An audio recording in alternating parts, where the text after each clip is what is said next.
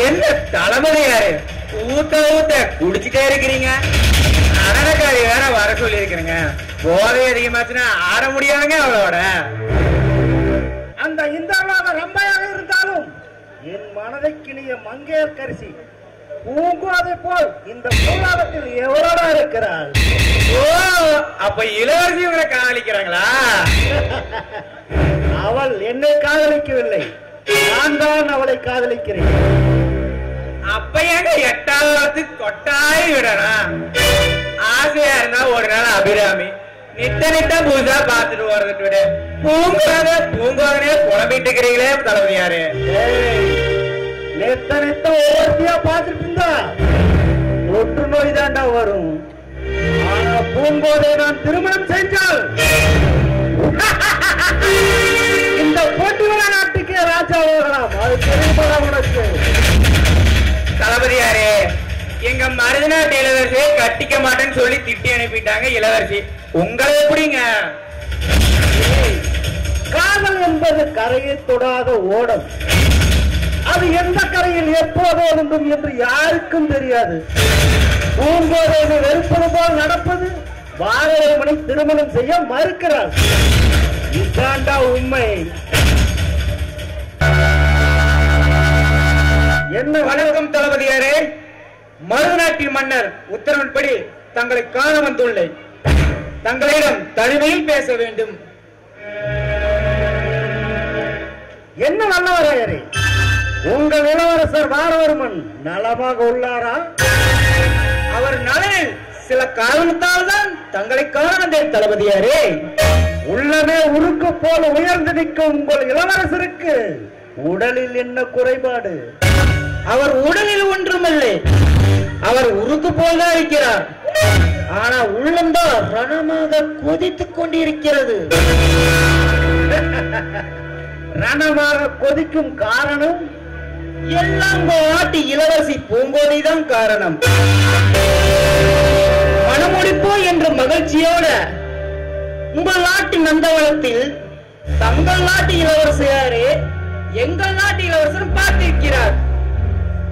பாஸ்துடன் பைங்கிலிப்பாய் என்னும் பரவத்தோடு மாறவன் ஏக்கம் கொண்டு பார்க்க எரிமலையா சீறி இடி அவர் இதயத்தை இடிவோடு தாக்கியுள்ளார். அதன் பின்னதான் தங்களுக்கு எல்லாம் தெரியுமே தளபதியாரே. உண்மைதான் நல்லவராயிரு. தடி கொண்டு தாக்கினாலும் காயம் ஆறியிருக்கும். நாவால் சுட்டது ஆறுவது கடினம்.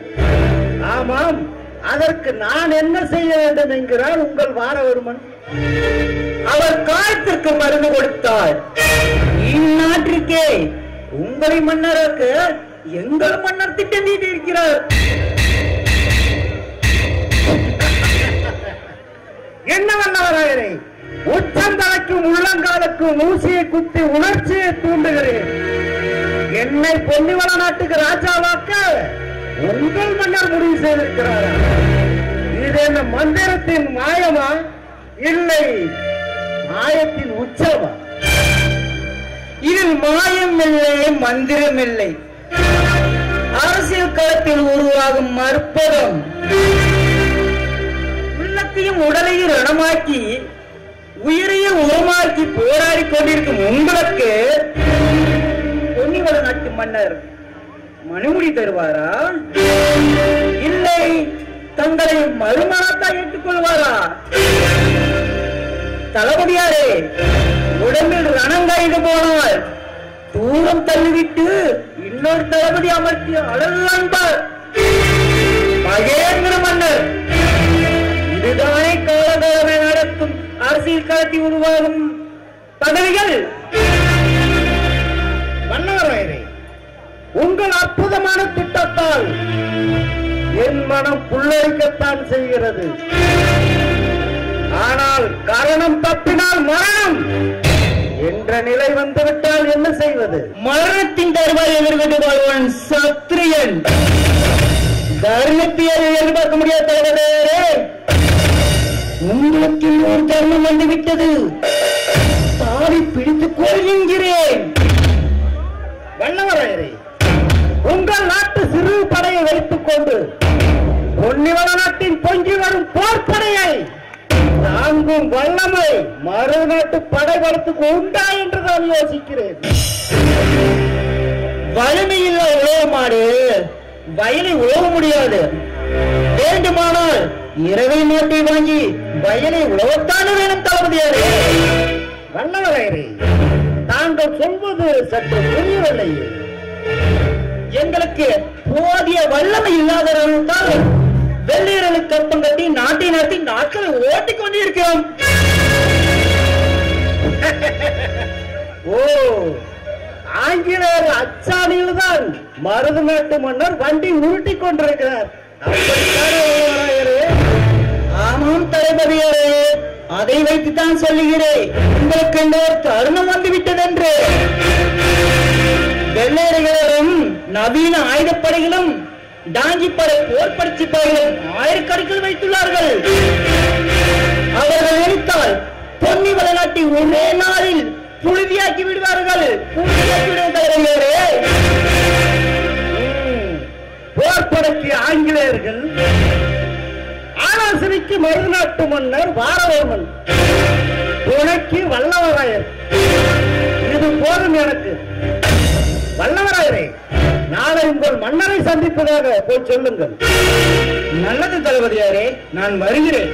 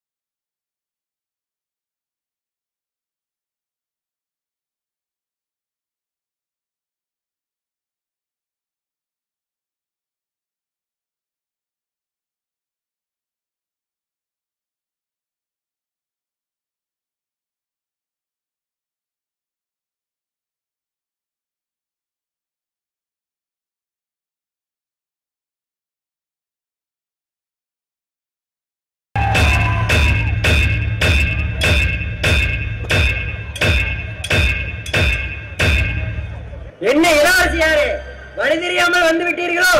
இது புரட்சி வீரர் புலிகேசியின் ஆயுத கூடம். வளையாபதி, அதெல்லாம் தெரிஞ்சுதான் வந்திருக்கிறோம். நீ கொஞ்சம் பேசாம அமைதியாக இரு. என்னங்க, எங்க இளவரசிக்கு கத்தி சண்டை பழகணுமா, அதுக்குதான் நாங்க வந்திருக்கோம். பொம்பளைங்கதான் நல்லா கத்தி கட்டி சண்டையெல்லாம் போடுவீங்களே, அது மாதிரி நினைச்சீங்களா? இதெல்லாம் விசஞ்சகத்து கட்சி பட்டா அவ்வளவுதான். வாயை மூடிட்டு பாட்டில் போய் இருவடிக்க வேலையை பாரு. மூஞ்சும் முகர் கட்டையும். என்னங்க, நான் பாட்டுக்கு பேசிக் கொண்டே இருக்கிறேன், நீங்க பேச மறந்தால் எப்படி? குயிலி, உங்கள் அரண்மனையிலேயே 1000 கத்திச்சண்டை போடுவீர்கள் உள்ளார்கள். அவர்களிடமே நீங்கள் பழகி கொள்ளாமே, ஏன் வந்தீர்கள்? அவர்கள் எல்லாம் ஆண்களுக்கு மட்டும்தான் பழகி விடுவார்களாம், அதனால்தான் உங்களிடம் வந்திருக்கிறோம். என்ன குயிலி, நீ மட்டும் பேசிட்டு இருக்க? உங்க இளவரசி வாயவே திறக்க மாட்டாங்களா?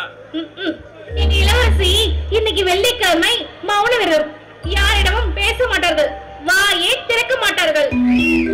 ஓ, வாயவே திறக்க மாட்டாங்களா? அப்ப சாப்பாடு தண்ணி எல்லாம் காது வழியாகத்தானா? சற்று வாயை மூடுங்கள். கொஞ்ச நேரம் மௌனமாக இருந்து விட்டால் என்ன வேணுமானால் பேசுவீர்களா? உங்கள் ஊரில் எல்லாம் பேச விரதம் இருந்தால் கண் வழியாகவும் காது வழியாகவும் உணவு உண்பார்களா? உங்க தோழிதான் சொன்னாங்க வாயவே திறக்க மாட்டேங்கன்னு. இப்ப என்னடானா ஊரையே தூக்குற மாதிரி சத்தம் போடுறீங்க.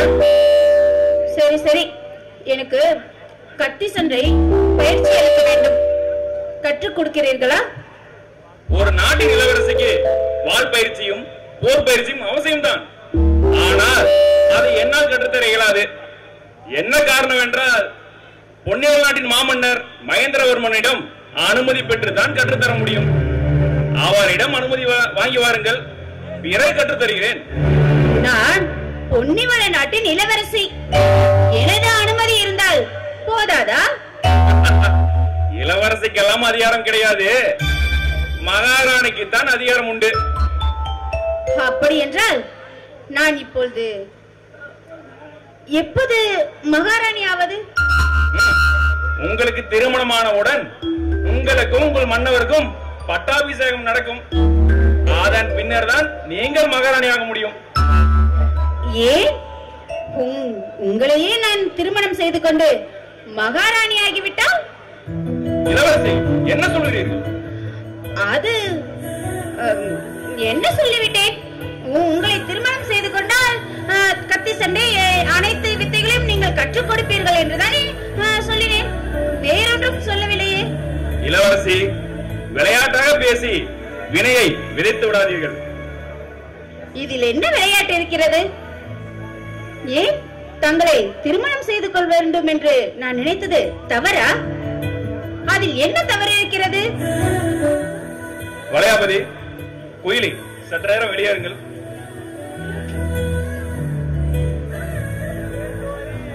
இளவரசியாரே, நான் ஒரு புரட்சியாளன்.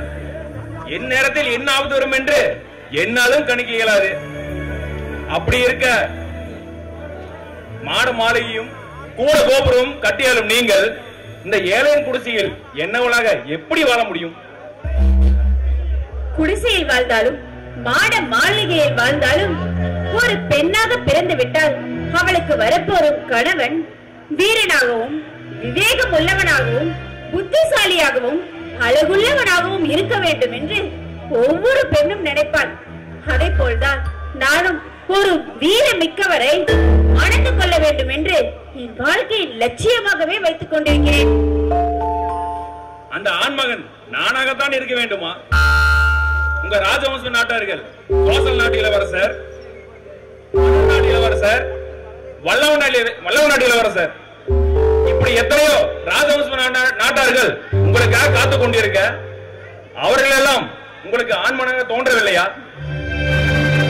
1000 ஆண்மகன்கள் இருந்தாலும் எனது தாய்மாமன் மகனை போல புரட்சி வீரராக இருக்க முடியுமா? இங்கே பாருங்கள், நான் மணந்தால் புலிகேசியைத்தான் மணப்பேன்.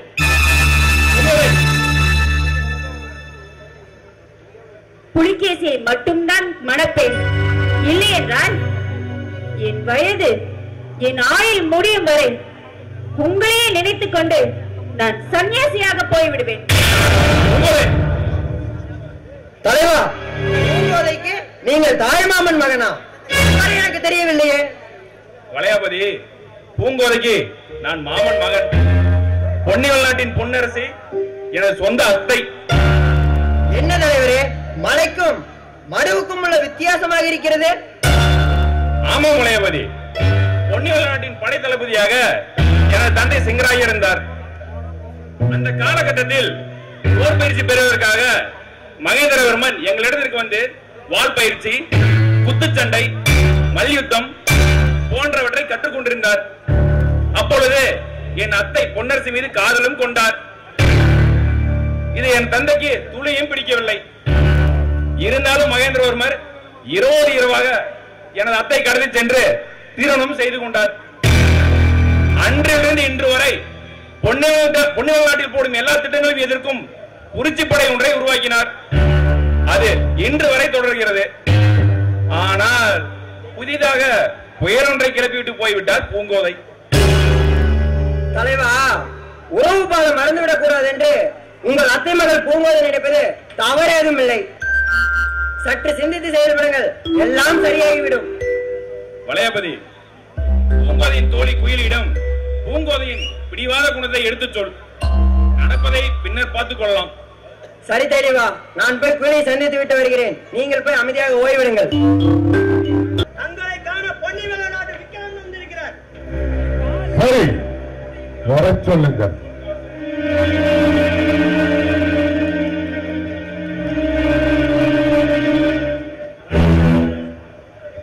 வணக்கம். வாருங்கள் தோன்றியது. என் அரண்மனைக்குள்ளே வந்து விட்டீர்கள். தலையிடருக்கு முக்காரம். எங்கள் அரண்மனையிலேயே எனக்கு சதிகாரர்கள் இருக்கிறார்கள். எங்கும் இருப்பார்களோ என்ற சந்தேகம் தான் மகாராஜா. நல்லவர்களுக்கு நாடெங்கும் எதிரிகள் தான். அதில் நீங்கள் என்ன, நான் என்ன, எல்லாம் ஒன்றுதான் தளபதியாகும். யாருங்க நமது இளவரசர் மாவரமை அழைத்து வாருங்கள்.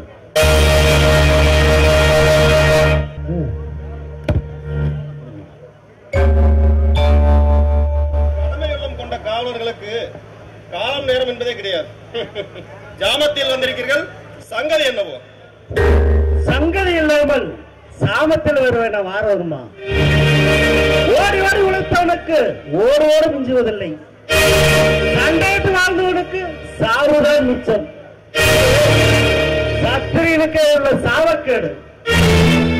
வண்டியினால பிறந்தவனுக்கு வண்டியின் ஆணைக்கு அணங்க மாட்டான். இந்தியில் தோன்றும் சூரியன் மண்ணில் மறையும் வரை உழைத்து உழைத்து ஓராய் தேர்ந்தவர்களும் ஊக்கமும் நோக்கமும் தேக்க நிலையிலிருந்து எடுத்து கொல்லத்தான் துடிப்பார். தங்களுக்கும் அந்த நிலைமைதான் வந்திருக்கிறது தளபதியாரே. முக்காலம் உணர்ந்த முனிவரை போல் எக்காலத்தையும் கணக்கிட்டு வாழ்ந்து வரும் தாங்கள் என்னை காண வேண்டும் என்று அழைத்த நோக்கத்தை அறிய ஆசைப்படுகிறேன் மன்னா. வீரமும் விவாதமும் என்னை மட்டும் தீரம் படைத்த உன்னை உங்கள் நாட்டில் உதவாக்கரை என்று உலகிட்டு சொல்லுகிறாரே அந்த மகேந்திரவர்மன் உழைத்தவனுக்கு மரியாதை விடுக்காமல் எரித்து வாழும் புலிகேசியை அரசியல் அமைத்து அழகமாக துடிக்கிறாரே. எல்லாம் காலம் செய்த கோலம் மன்னா. முன்னிலை அறியாதவன் தன்னாலே கெடுவான் என்பது போல் பண்டியனாக பிறந்தவன் தன் நிலை அறியாமல் தள்ளாடி கொள்வதை தவிக்க முடியவில்லை மகாராஜா.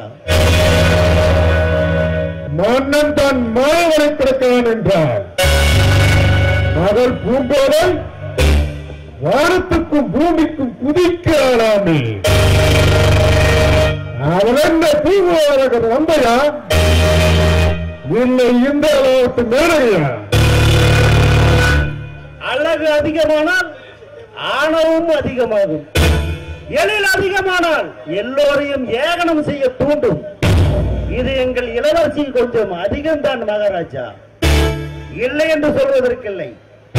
அவளை அடக்க சரியானால் நமது இளவரசர் வாரவர்மன் தான்.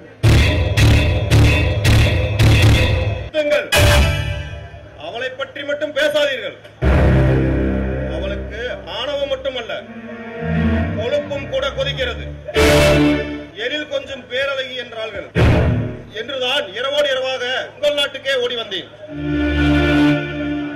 பூங்காவனத்தில் இசைவாட, ராகம் பாட, பூங்காதையானவள் என் கோதையாவள் என்று எண்ணற்ற கனவுகளோடு ஓடோடி வந்தேன்.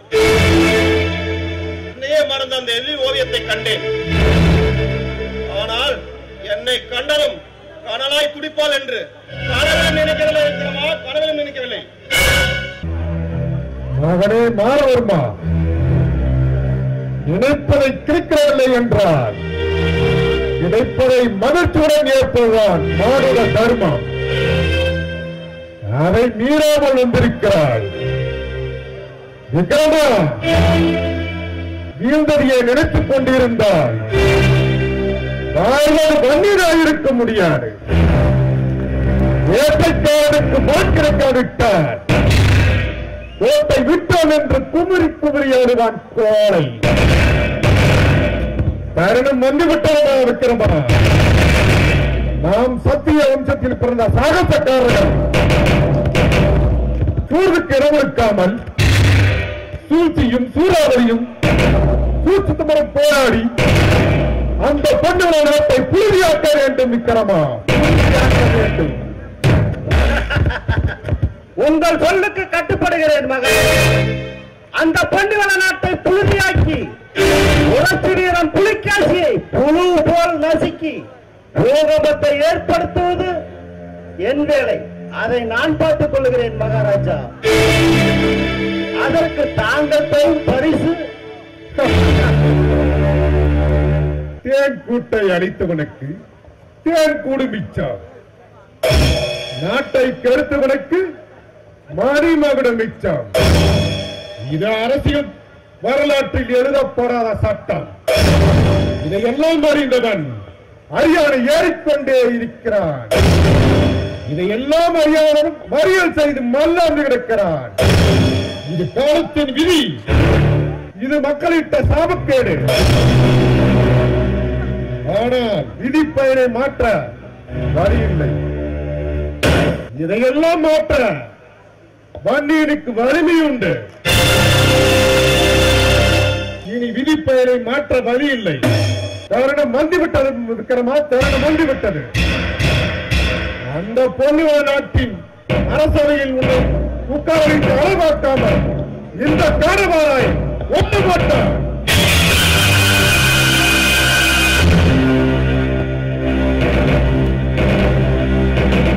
மன்னா, தாங்கள் கடவுளின் பிறப்பிடம் வன்னியர் மக்களின் வற்றா ஜீவநதி. உங்களை என் வாழ்நாளில் மறக்கவே மாட்டேன். வாரவர்மா, வெள்ளையார் படையோடு உயிர் கொண்டு வாருங்கள். உங்கள் வருகையை எதிர்நோக்கி காத்திருப்பேன். வருகிறேன் வாரவர்மா.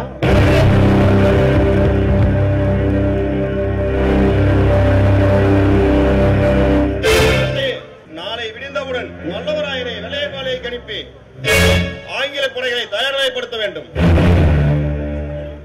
முதலில் பொன்னிவள நாட்டில் மன்னர் மகேந்திரவர்மனையும் சூரியவர்மனையும் கைது செய்து பாதாள சிறையில் அடைக்க வேண்டும். அதன் பிறகு பொன்னிவள நாட்டில் இளவரசி பூங்கோதை என் பூவிலங்கிட்டு என் மனச்சிறையில் அடைக்க வேண்டும்.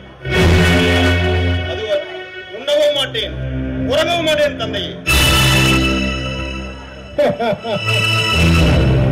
மகனே மாரவர்மா, நீ மண்ணில் விளையாடும் போதே மது ஊற்றி வளர்த்து பள்ளி பருவத்து பருவமங்கையின் பாடத்தை சொன்னேன். அடுத்த வயதில் 60 நகையும் கற்றுக் கொடுத்து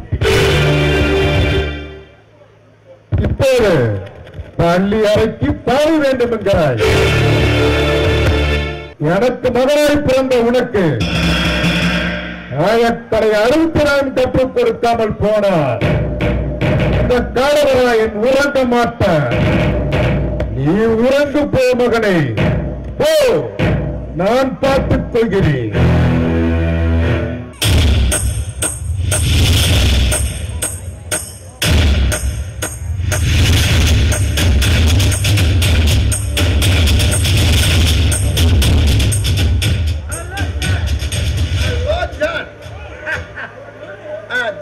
மருநாட்டு மன்னர் காடவராயர் மாரவர்மன் நிலை என்ன ஆயிற்று ஜான்? எதுவுமே தெரியல சார். நிலைமை கொஞ்சம் சீரியஸ் தான் இருக்கு சார். பொன்னிவள நாட்டிற்கும் மருது நாட்டுக்கும் ஃபைட் பார்த்து கொண்டுதான் சார் இருக்கிறது. அப்படியா? நாம் எதிர்பார்த்தது தானாகவே நடந்து கொண்டுதான் இருக்கின்றது. அந்த இரு நாட்டுக்கும் சண்டை ஆரம்பமானால்தான் நம்முடைய வேலை ஈஸியாக முடியும்.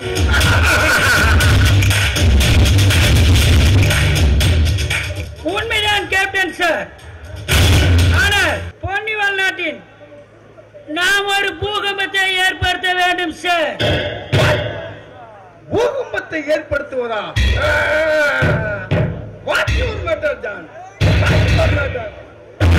சார், பொன்னிவள நாட்டின் இளவரசி பூங்கோதை குறிச்சி வீரன் புலிகேசியை லவ் பண்ணி கொண்டிருக்கிறார். இப்பதான் ஃபாஸ்ட் மூவ். புலிகேசியா? அவன் அந்த நாட்டிலே எதிர்த்து போராடும் ஒரு புரட்சிக்காரனாச்சா? அவனை எப்படி? குறிச்சி வீரன் புலிகேசியை பூங்கோதை லவ் பண்ணுவதால் மாறுவர்மனை மேரேஜ் பண்ண மறுத்து இருக்கிறார். அதுபோக தளபதி விக்ரமனும் பூங்கோதையை மேரேஜ் பண்ண ஆசையா இருக்கிறார். இப்படித்தான் சார் பொன்னிவள நாட்டின் கதை போய்கொண்டு இருக்கிறது. ஆக மொத்தம் படையாட்சி வம்சத்திலே பங்காளிகள் சண்டை போல் மாமன் மச்சான்கள் மல்லு கட்டிக் கொண்டு நிற்கின்றார்கள். மிகவும் சந்தோஷமாக இருக்கின்றது. இந்த சமயத்திலே தீயிலே எண்ணெய் ஊற்றுற மாதிரி ஒரு யோசனை சொல். சொல்லும் யோசனை டீப்பாக இருக்க வேண்டும். சொல்.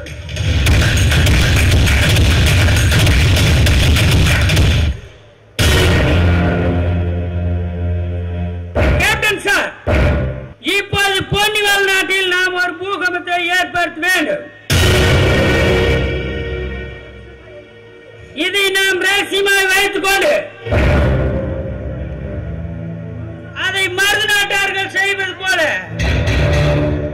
நாம் ஒரு தோற்றத்தை ஏற்படுத்த வேண்டும். ஐ மீன் இமேஜினேஷன்.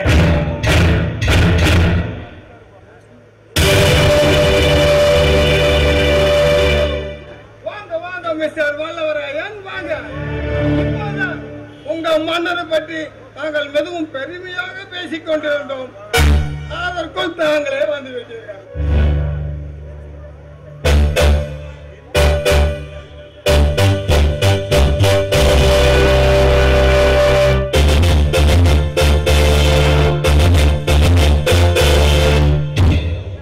என்ன கேப்டன் டேவிசன் அவர்களே, என்னை வரவழைத்துக் கொண்டு தாங்கள் ஏதோ ரகசியம் பேசிக் கொண்டிருக்கிறீர்கள். ஊழவரையும் ஓற்றான் அல்லவோ, உடனே சந்தேகமோ வல்லவராயரே. எல்லாம் தங்களை பற்றித்தான். தாங்கள் பொன்னிவள நாட்டின் போர்படை தளபதி விக்ரமனின் நடவடிக்கை எல்லாம் கண்காணிக்கும் ஓட்டர் படை தலைவன் என்று எங்கள் பாணியில் எங்கள் கேப்டனிடம் பேசிக் கொண்டிருந்தோம். தாங்கள் இதை தவறாக எடுத்துக்கொள்ள வேண்டாம். கேப்டன் டேவிசன் அவர்களே, உங்கள் உதவியாளர் ராபர்ட்டிடம் எல்லா விவரங்களும் கூறியிருக்கிறேன். கூடிய சீக்கிரம் எங்க மன்னருக்கு தக்க பதில் அனுப்புங்கள். வருகிறேன். அதற்குள் புறப்பட வேண்டுமா? என்ன அவசரம்? நான் ஒற்றைப்படை தலைவன் அல்லவா, அதிக நேரம் இருக்க முடியாது. என்ன வேணும் சொல்லுங்கள். மல்லவராயரே, எங்களை நாடி வந்தவர்களுக்கு நாங்கள் தக்க சன்மானம் கொடுத்து அனுப்புவதுதான் எங்களது பழக்கம். என்றார்கள், பெற்றுக் கொள்ளுங்கள். 10,000 gold coins. I mean 10,000 பொற்காசுகள் இருக்கிறது. 10,000 பொற்காசுகளா? என் வாழ்நாளில் 100 பொற்காசுகளை பார்த்ததுமில்லை, என்னையும் பார்த்ததுமில்லை. நான் வருகிறேன், எல்லோருக்கும் போய் வருகிறேன். மிஸ்டர் ராபர்ட், இப்ப நீங்க மேட்ருக்கு வாங்க. கேப்டன் சார், பொன்னிவள நாட்டில் கூடிய சீக்கிரம் விக்ரமனுக்கு எதிரான நடவடிக்கைகள் ஆரம்பமாகும். அதாவது மருத நாட்டு இளவரசர் மாரவர்மனுடன் விக்ரமன் உறவு கொள்வதை அந்நாட்டு மன்னர் விரும்பவில்லை.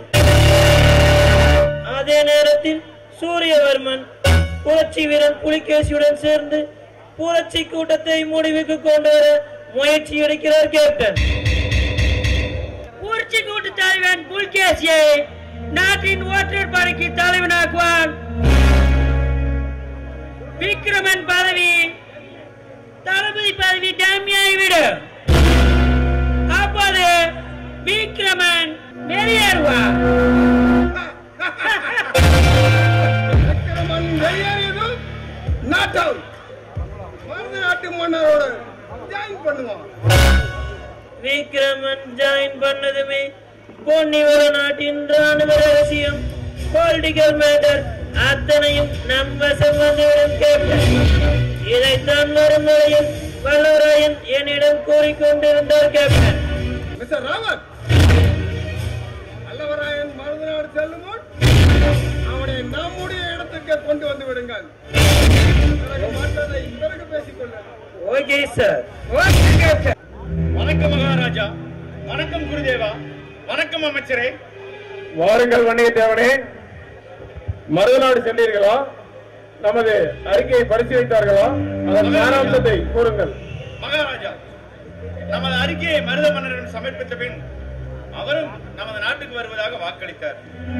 பின்னர் நான் திரும்பும் தருவாயில் மருத நாட்டு இளவரசர் மாரவர்மன் தங்களை பற்றியும் நமது நாட்டின் நடவடிக்கையை பற்றியும் சற்று தவறான தாறுமாறான விமர்சனங்களை பேசி அறிக்கையை திரும்ப பெறுமாறு வாதிட்டார். நான் மறுத்துவிட்டேன் மன்னா.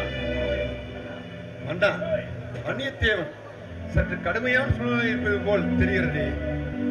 ஆமாம் குருதேவா, நாம் எதிர்பார்த்தது நடந்து விட்டது. இனி சுணக்கமின்றி அனைத்து காரியங்களும் சீக்கிரம் செய்ய வேண்டும். மகாராஜா, இன்னொரு முக்கியமான செய்தி. சொல்லுங்கள் வன்னியத்தேவனே. நமது படைத்தளபதி விக்ரமனை நேற்று இரவு மருத நாட்டு ஒற்றற்படை தலைவன் வல்லவராயன் சந்தித்திருக்கிறார். பின் உடனே வெள்ளையர்களை சந்தித்து பின்னர் திரும்பும் தருவாயில் பொன்மூட்டை போல் ஓர்த்தி எடுத்துக்கொண்டு சந்தோஷமாக வந்ததாக நமது ஒற்றர்கள் ஆணித்தரமாக கூறுகிறார்கள். மன்னா, விக்ரமன் போர் குணம் படைத்தவன் மட்டுமல்ல, துர்க்க குணம் கொண்டவன். அவன் நடவடிக்கைகள் அனைத்தும் நமது தேச துறவிக்கு நிலைமைக்கிலே இருக்கிறது. அவனை அவன் நடவடிக்கையிலே விட வேண்டும். அப்பொழுதுதான் நாம் நம்ம நடவடிக்கை கண்காணிக்க முடியும். அதற்கு முன் நமது நாட்டுக்கு ஒரு புதிய ஒற்றைப்படை தளபதியை நியமிக்க வேண்டும். தொட்டு கெட்டவன் இந்திரன், கெட்டவன் விஸ்வாமித்திரன், கொடுத்து கெட்டவன் கர்ணன், கொடாமல் கெட்டவன் துரியோதனன், பொய் சொல்லாமல் கெட்டவன் ஹரிச்சந்திரன், உண்மையறியாத தவறு செய்தவன் அர்ஜுனன். இவர்கள் எல்லோருமே சத்திரியர்கள் தான். இது அங்கேதான் விளையாடுகிறது மன்னா. சத்திரியருக்குள்ளேயே சண்டை உருவாகிறது, படையாட்சிக்குள்ளேயே பகை அதிகமாகிறது. என்ன செய்வது? நம் படையாட்சி வம்சத்துக்கு இது காலங்காலமாய் விதிக்கப்பட்ட சாபக்கேடு. இதை மாற்ற நம்மால் முடியுமா? குருதேவா, தாங்கள் கூறும் கருத்து சால சிறந்ததுதான். எங்கோ இருந்து பிடிக்க வந்த ஆங்கிலேய நாய்கள் நம்மை அடிமைப்படுத்தி கப்பம் கட்ட வைத்து காழ்ப்புணர்ச்சியை காட்டுகிறார்கள். இதை அறியாமல் நமது படையாட்சி வம்சமே படுகொலையை தோண்டி பாதாளத்தில் வென்று விடுகிறார்கள். உண்மைதான் மன்னா, மறுக்க முடியாத உண்மை. பாத்திரானின் கையில் இருக்கும் மதுவுக்கு ஆசைப்படுகிறான், பணம் படுத்தவிடம் பணத்துக்கு ஆசைப்படுகிறான். அறிவில்லாமல் அரசியல்வாதியிடம் அடிமைப்பட்டு கிடக்கிறான். பெரும் ஜனத்தொகை கொண்ட நாம் சிறிய ஜனத்தொகை கொண்டவனை சிம்மாசனத்திலே அமர வைக்கிறோம். இது ஆண்டவனால் விதிக்கப்பட்டது அல்ல, படையாட்சிகளின் பகுத்தறிவில்லாத செயல்தான் மன்னா. குருதேவா, இதற்கு முழுமையான தீர்வாக என்ன செய்ய வேண்டும் குருதேவா? மன்னா, முல்லை முள்ளால் எடுப்பது போல், வைரத்தை வைரத்தால் அறுப்பது போல், வன்னியனுக்கு வன்னியன் தான் தீர்வை ஒழிய இதில் வேறொன்றும் சொல்ல முடியாத காலநிலை. கொண்டு தொட்டு போர் நடத்திய நம் பழையாட்சி வம்சம் அந்நியர் ஆதிக்கத்தை அழிக்க ஒன்று கூட வேண்டும். அதற்கு நம்மிடமே பரிகாரமாக கூடாது. அதே நேரத்தில் நம் பழையாட்சி வம்சமும் அழிந்துவிடக் கூடாது மன்னா. குருதேவா, தங்களின் நிலைப்பாடு என் நிலைப்பாடு மாற்றான். வீரத்தில் சைத்தவர்கள் வீரவணியர்கள் இல்லை. நமது இடத்திலும் அனைத்தும் சைத்தவர்கள் இருக்கிறார்கள். அதற்காக வீரமிகுந்த 7 இளைஞரை தேர்வு செய்து நம்ம இளைஞர் பணிக்கு ஆட்கள் சேர்க்க வேண்டும் என்பது என் கருத்து. குருதேவா, வீரமிக்க இளைஞர் வேண்டும் என்றால் நமது சிங்கராயன் மகன் புரட்சிப்படை வீரன், புரட்சி வீரன் புலிகேசிதான் இதற்கு சரியான சாமானியன் என்று எனக்கு தோன்றுகிறது. குருதேவா, புரட்சி வீரன் புலிகேசி ஒரு புரட்சிக்காரன். நமது சட்டத்திட்டங்களுக்கு அவன் எவ்வாறு திட்டப்படுவான், நமது திட்டங்களுக்கு அவன் எவ்வாறு இடம்பெறுவான்? அண்ணா, நான் சொல்வதை தாங்கள் தவறாக எடுத்துக் கொள்ளக் கூடாது. சிங்கராயர் நமது நாட்டின் தளபதியாக இருந்த காலகட்டத்தில் தான் அவரது தங்கை மகாராணி பொன்னரசியை தாங்கள் மணமுடித்தீர்கள். அதன் பிறகுதானே சிங்கராயர் புரட்சிப்படையை ஆரம்பித்தார். அதில் ஒரு உண்மை என்னவென்றால், தனது மைத்துனரின் ஆட்சியிலே மாற்றுக் கருத்துடைய எவரால் தோன்றினால் அவர்களை மக்கள் மன்றத்தை நிறுத்த வேண்டும் என்பதற்காக உருவாக்கப்பட்டதுதான் அந்த புரட்சிப்படையை தவிர மன்னரை ஒழிப்பதற்கு அல்ல. இதுதான் சிங்கராயரின் புரட்சிப்படையின் புரட்சிகரமான அரசியல் பயணம். குருதேவா, நம்ம அரசுக்கு எதிராக போராடியவர்களே அரசாட்சியில் அமர்த்துவதா? அமைச்சரை மைத்துனர் ஆட்சியிலே மாற்றுக் கருத்துடைய கெட்ட பெயரை ஏற்படுத்த எவரும் என்றாலும் அவர்களை தலை வெட்டி எறியப்படும் என்ற கோஷத்துடன் தொடங்கப்பட்டதுதான் இந்த புரட்சிப்படை. அரசருக்கு ஆபத்து என்று தெரிந்தால், அதுவும் ஆங்கிலேயர் ஆபத்து என்று தெரிந்தால் அவர்கள் ரத்தம் கொதிப்படையத்தானே செய்யும். ஆமாம் குருதேவா, முக்காலம் அடைந்த முடிவரின் அருளை பெற்றவர் தாங்கள். தாங்கள் அறிவுரையை நான் கண்டிப்பாக ஏற்றுக்கொள்ளத்தான் வேண்டும். குருதேவா, நான் உடனே புரட்சிக்காரன் புலிகேசியை அழைத்து வர நமது சூரிய ஒற்றரை அனுப்பலாமா குருதேவா? ஒற்றரை அனுப்புவது முறையானாலும் நமது இளவரசர் சூரியவரவனை அனுப்புவதுதான் சரியானதும் முறையானதும் என்று எனக்கு தோன்றுகிறது மன்னா. ஆகட்டும் குருதேவா, தங்கள் கூற்றுப்படியே சூரியவர்மனை உடனே அழைத்து வர சொல்லி அவர் மூலமே தூது அனுப்புகிறேன்.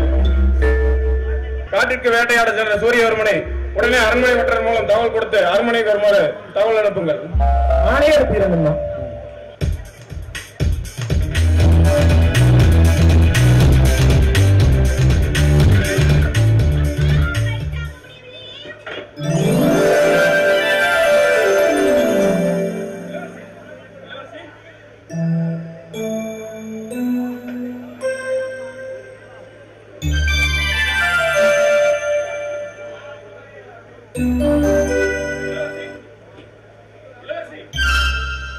இளவரசி, என்னது வந்தது? இளவரசியா இல்லை மாயமோகினியா? இல்லையே, அடிபட்டதும் மடியில் அல்லவா தூக்கி வைத்தோம். அப்பொழுது இளவரசி அல்லவா இருந்தார். மாயமோகினி என்றால் மரக்கட்டை போல் இருக்கும் என்று சொல்வார்கள். ஆனால் என் மடியில் படுத்த இளவரசி பூவினும் மெல்லிய பூங்கோதை, பன்னீர் ரோஜாவின் நிறம், பாரிஜாத மலர்கள் போல் பஞ்சினும் மெல்லிய உடல், கண்களோ செம்மீனை தழுவியது. இதழ்களோ ரோஜாவை தழுவியது. எவ்வளவு சிலையன அழகு படைத்தவளுக்கு யார் கணவனோ எந்த நாட்டு இளவரசனோ. ஆனால் வந்தவளை காணவில்லையே, எங்கே போயிருப்பாள்?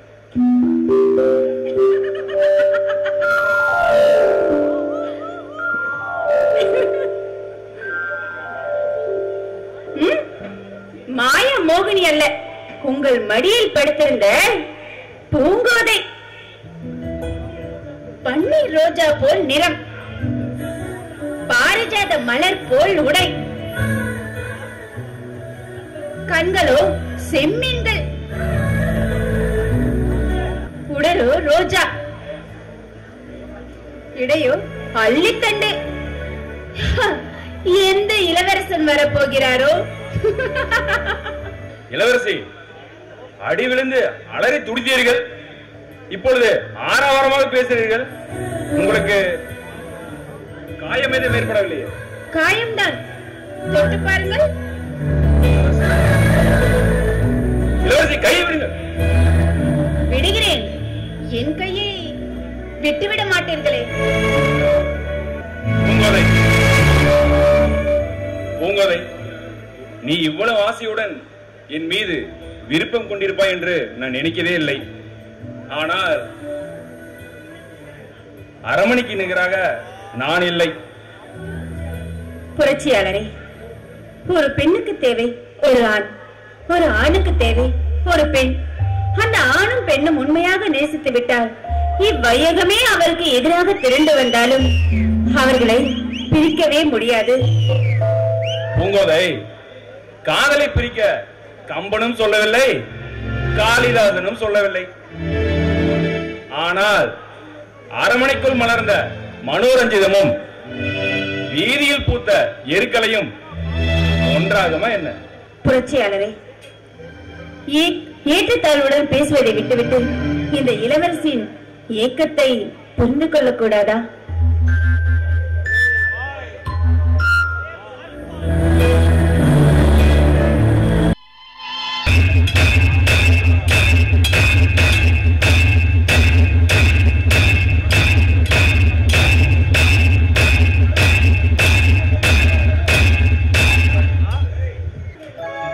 வாருங்கள் இளவரசே, வாருங்கள்.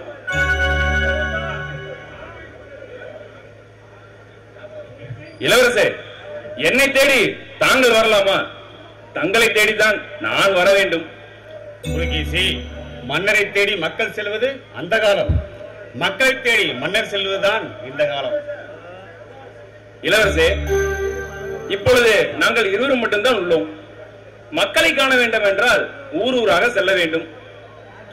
நாட்டு நலனில் அக்கறை கொண்ட நீங்கள் மக்களின் மனநிலையை அறிந்து வைத்திருப்பீர்கள். தங்களை பார்த்தாரே ஊரை எல்லாம் பார்த்ததை போலதானே, அதனால்தான் தங்களை காண வந்தேன். இளவரசே, என்னதான் நாங்கள் ஊரை சுற்றி நிலவுகளை ஆராய்ந்து வந்தாலும் வல்லமை வாய்ந்த ஒற்றப்படை உங்களிடம் தானே இருக்கிறது. அவர்களிடம் கேட்டால் உண்மையான நிலவரம் என்னவென்று தெரிந்துவிடப் போகிறது. வரையாபதி, உளவுத்துறையிலே நம் நாட்டிற்குள் வேலை செய்து கொண்டு நம் நாட்டிற்கு எதிராக துரோகம் செய்தால் அவர்களை என்ன செய்வது? என்ன சொல்கிறீர்கள்? உங்களிடம் ஊதியம் வாங்கிக் கொண்டு உங்களுக்கே துரோகம் செய்கிறார்களா? வரையாபதி, உங்களை போல் புரட்சியாளர்களால் நாட்டுக்கு எந்த ஆபத்தும் வராது. அரண்மனைக்குள்ளே வேலை செய்து கொண்டு அருணருக்கு எதிராக சரி செய்பவர்களை எளிதில் கண்டுபிடிக்க முடியாது. அப்படியும் அவர்களை கண்டுபிடித்தால் காலத்தின் நிலை கருதி அவர்களை விட்டு வைக்கும் நிலைமை ஆகிவிட்டது. இளவரசே, நீங்கள் சொல்வதை பார்த்தால் அவர்களால் நாட்டிற்கே பெரிய ஆபத்து வரும்போது தெரிகிறது. அந்த ஆபத்தை தடுக்கும் சரியான ஆளை தேடித்தான் இங்கே வந்திருக்கிறேன். இங்கு தேடி வந்தீர்களா? இங்கு யார் இருக்கிறார்கள்? உங்கள் புலிகேசியைத்தான். கொடிகள் நாட்டின் புதிய தளபதியாக அமைச்சரவையை ஒன்று கூடி தேர்ந்தெடுத்து விட்டுத்தான் இங்கு வரை காண வந்திருக்கிறேன். இளவரசே, பொன்னியால் நாட்டின் உயர்ந்த பதவிக்கு என்னை தேர்வு செய்ததற்கு நன்றி. ஆனால் அந்த பதவியை ஏற்கும் தன்மை எனக்கு இருக்கிறதா என்று யோசிக்க வைக்கிறது. யானையின் பலம் யானைக்கு தெரியாது. அதுபோலதான் உங்களுடைய பலம் உங்களுக்கு தெரியாமல் போவதில் ஆச்சரியமில்லையே. இளவரசே, உங்கள் ஆட்சியை எதிர்த்து பல முறை நான் போராடி இருக்கிறேன். ஆதலால் அரண்மனைக்குள்ளேயே எனக்கு எதிராளிகள் இருப்பார்கள். பல குழப்பங்கள் ஏற்படும் இளவரசே. புலிகேசி, குழப்பமான சூழ்நிலையில்தான் தங்களை தேர்ந்தெடுக்கும் நிலை வந்துவிட்டது. மருதநாட்டு இளவரசர் மாரவர்மனுக்கு பூம்பதையை மனைமுடிக்க கேட்டார்கள். முதலில் மன்னர் இசைவு கோர்த்தார். பின் மருத நாட்டார்கள் வெள்ளையனுக்கு கப்பம் கட்டி ஆட்சி நடத்துவதை அறிந்து சற்று காலகாலம் செய்தார். அதன் பின் படைத்தளபதி விக்கிரமன் மருத நாட்டுக்கு ஆதரவாகவும் நம் நாட்டிற்கு எதிராகவும் செயல்பட துவங்கினார். பின் இதை நமது ஒற்றற்படை உறுதி செய்து நமது அரசுக்கு அறிக்கை அளித்தார்கள். அப்பொழுது அதன் பின் நடந்ததை நான் கூறுகிறேன். நம்ம நாட்டு ஒற்றர் வன்னியத்தேவன் மூலமாக பெண் கொடுக்க சம்மதித்து அறிக்கையை அனுப்பினீர்கள். அந்த அறிக்கையை அவமதிப்பு செய்து விட்டனர். வன்னியத்தேவனோடும் வாக்குவாதமும் செய்தனர். மாரவர்மன் தன் உடைவாளை எடுக்க, வன்னியத்தேவன் கட்டாரி எடுக்க மருதநாட்டு மன்னர் ரசித்துக் கொண்டிருந்தார். கடுமையான நிகழ்வை சந்திக்க வேண்டும் என்று கிருஷ்ணதேவராயர் அமைதிப்படுத்தினார். வன்னியத்தேவன் நாடு திரும்பினார். நாட்டின் மேல் நட்பும் மக்களின் நிலையில் அக்கறையும் கொண்ட ஒருவரை நாட்டின் பெரிய பதவியில் அமர்த்தி நாட்டை காப்பதே இந்த மன்னரின் கடமையாகும். உங்களுக்கு உடன்பட்டால் உடனே சொல்லி அனுப்புங்கள். தக்க மரியாதையோடு அழைத்துச் செல்ல ஏற்பாடு செய்கிறேன். நான் வருகிறேன் புலிகேசி.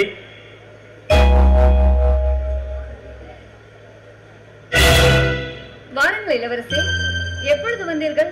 நான் வந்து வெகு நேரமாகிவிட்டது. நீலவேணி, இளவரசரை உனக்கு ஏற்கனவே தெரியுமா? அண்ணா, நம் நாட்டு இளவரசரை நாம் அறியாமல் இந்த நாட்டில் எப்படி வாழ்வது? ஏனண்ணா? புலிகேசி, மக்களின் மலையை அறியும் உங்கள் தங்கள் தங்கைக்கு இந்த மன்னர் மகன் இளவரசரை அறியாமலா இருப்பார்? நான் வருகிறேன், எல்லோருக்கும் வருகிறேன். அண்ணா, என்ன இது அதிசயமாக இருக்கிறது? பொன்னிவள நாட்டின் மாமன்னன் சூரியவர்மன் உங்களை பார்க்க வந்திருக்கிறார். என்னென்ன விசேஷம்? அவர் உன்னை பெண் பார்க்க வந்தார். அவரை கட்டாமல் நான் வேறு யாரை கட்டுவது? நீலவேணி, என்ன சொல்கிறாய்? நான் என்ன சொன்னேன்? அண்ணா, இப்பொழுது நீங்கள் என்ன சொன்னீர்கள்? நான் அவர் உன்னை பெண் பார்க்க வந்தார் என்றேன். நானும் அதையே தான் கூறினேன். அண்ணன் வார்த்தையை மீற முடியுமா? அவரை திருமணம் செய்து கொள்ளாமல் வேற யாரை கட்டுவது என்று சொன்னேன்.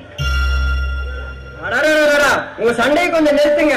அண்ணனுக்கும் தங்கச்சிக்கும் ஒரு பிரச்சனை கையில சிக்கினா விட மாட்டீங்களே. தலைவரே, இளவரசர் வந்தார், சொன்னார், போய்விட்டார். அதற்கு தானே என்ன முடிவு செய்கிறீர்கள்? வளையாபதி அப்பா வெளியூர் சென்றிருக்கிறார். அவர் வந்தவுடன் கலந்தாலோசித்து முடிவு செய்யலாம்.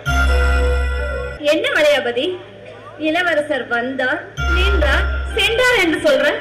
ஏன் என்கிட்ட என்னன்னு சொல்ல மாட்டியா? உங்ககிட்ட சொல்ல என்னமா இருக்கு? நம்ம தலைவர பொன்னிவள நாட்டு படைத்தளபதி வரணும்னு மன்னரும் மற்றவர்களும் முடிவு செஞ்சிருக்காங்க. அதேதான் வந்து இப்ப இளவரசர் சொல்லிட்டு போறாரு. இவரும் உடனே போவாரு. நாம ஒட்டுல புட்டுமாவை கட்டலாம்னு பார்த்தா இவரு அப்பாவை கேட்கணும்னு சொல்லிட்டாரு. டேய், இது நாட்டை காக்கின்ற விஷயம். அப்பா நம்ம எப்படி வரட்டும்? ஆமா, நீலவேணி, தலைவர் என்னடானா பொண்ணு கேட்டங்கிறாரு, நீ என்னடானா கட்டிக்கிறாங்கிற, இளவரசரை பாத்தியாங்கிறாரு. இந்த நாட்டுக்கே இளவரசர நான் பார்க்காத இருக்க முடியுமாங்கிற. நீ எப்போ இங்க இருக்கிற பொண்ணு, இளவரசர் வந்தது வாங்கங்கிற, அவரு இப்பதான் வந்தங்கிறாரு. என்ன நீலவேணி நடக்குது? வளையாபதி, அது வந்து சரி சரி, நான் எல்லாம் தெரிஞ்சுக்கிட்டேன். தலைவர் போயிட்டாரு, போங்க. வல்லவராயா, அடுத்த வர சொன்னேன். ஏன் காலதாமதம்? இளவரசி, காலதாமத காரணம் அங்கே கால சூழ்நிலை சரியில்லை. விக்கிரமன் மேல் நம்பிக்கையான தீர்மானம் நாளுக்கு நாள் வளர்ந்து கொண்டே போகிறது. இதைத்தான் நான் எதிர்பார்த்தேன். பொன்னிவள நாட்டில் பூகம்பம் எழ வேண்டும். அதிலிருந்து விக்கிரமன் விடுபட வேண்டும். நான் எண்ணிய எண்ணம் ஈடேறிவிட்டது வல்லவராயா. இதென்ன இளவரசரே புதுமையாக இருக்கிறது? பொன்னிவள நாட்டில் விக்கிரமன் நம்பிக்கையான தீர்மானத்திற்கும் நமக்கும் என்ன சம்பந்தம்?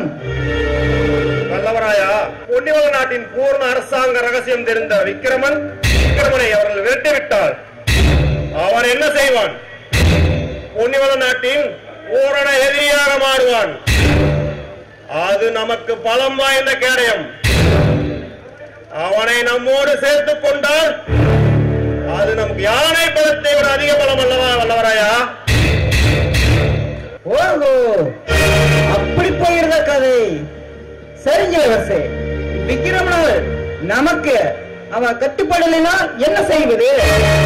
என்ன வல்லவராயா, புரியாமல் பேசுகிறார். அடிபட்ட விக்ரம் என்ற விஷப்பாம்பு அவனை கடிக்காமல் விடுவானா?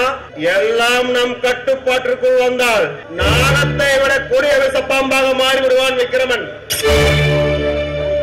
சரிங்க இளவரசே, விக்கிரமனால் நமக்கு விமோசனம் உண்டுதான், நான் இல்லை என்று சொல்லவில்லை. நாம் அதற்குள் வெள்ளிடம் விக்கிரம கதையை விலாவரியாக விவரிக்க வேண்டும்.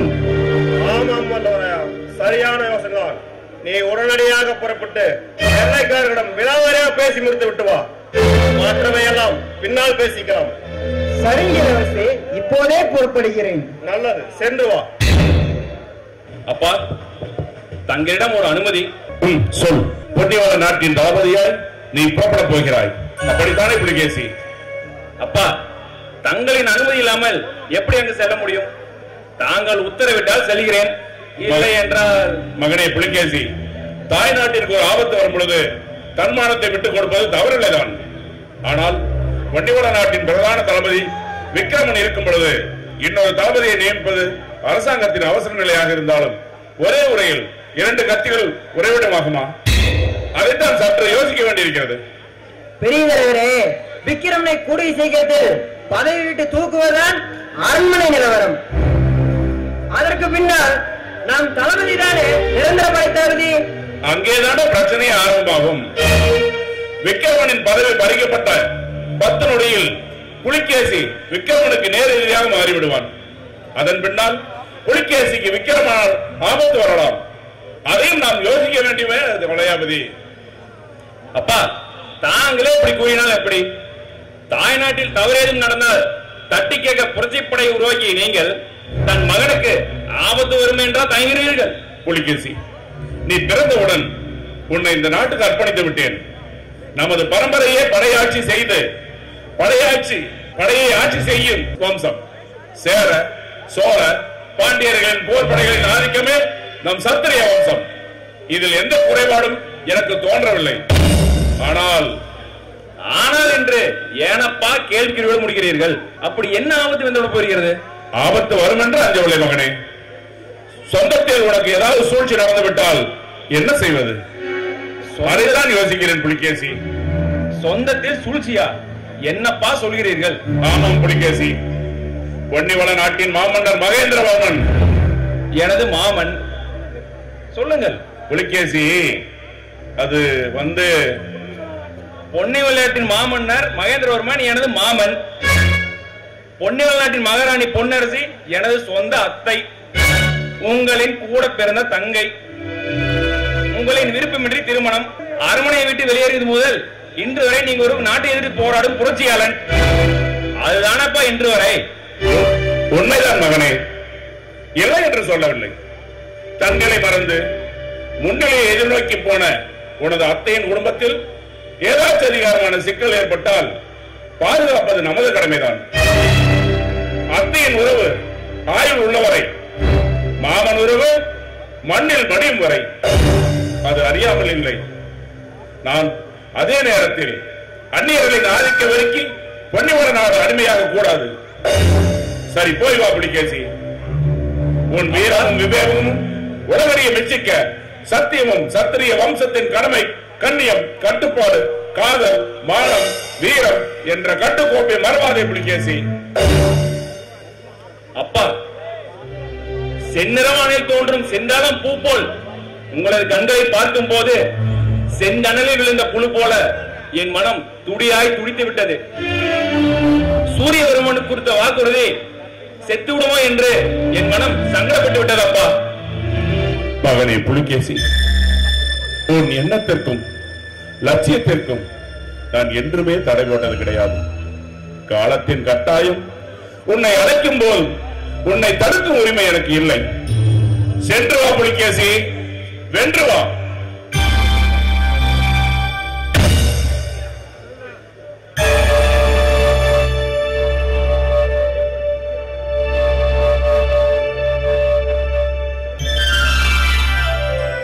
தலைவா, எங்கே உங்கள் அப்பா உத்தரவிட மாட்டாரா என்று பயந்து கொண்டிருந்தேன். சிங்கராயரா கொக்கண்ணா. என்ன வளையபதி, கொக்கா குருவின்னு ஏது தடபுடலாம் சந்தோஷமா இருக்க? என்ன சமாச்சாரம்? ஐயோ, உனக்கு விவரமே தெரியாதா? நம்ம தலைவரை பொன்னி வெளிநாட்டு படைத்தளபதியா நியமிச்சிருக்காங்க. இது தெரியாதா உனக்கு? அண்ணா, வளையபதி சொல்வதெல்லாம் உண்மையாண்ணா? ஆமாம் நீலவேணி, பொன்னிவள நாட்டின் படை தளபதியாக நியமிப்பதாக சூரியவர்மன் கூறிவிட்டார். நானும் நமது தந்தையின் உத்தரவு கிடைத்தவுடன் வருவதாக கூறிவிட்டேன். தந்தையும் பச்சை கொடி காட்டிவிட்டார். நான் அரண்மனைக்கு போக போகிறேன். அண்ணா, எனக்கு மிகவும் சந்தோஷமாக இருக்கிறது. என் அண்ணன் பொன்னிவள நாட்டின் படை தளபதி. படை தளபதியாக பொறுப்பேற்க போகும் அந்த நாள் எனக்கு பொக்கிஷமான நாள். அண்ணா, எனக்கு மிகவும் மகிழ்ச்சியாக இருக்கிறது. சரி நீலவேணி, நான் அரண்மனைக்கு செல்கிறேன்.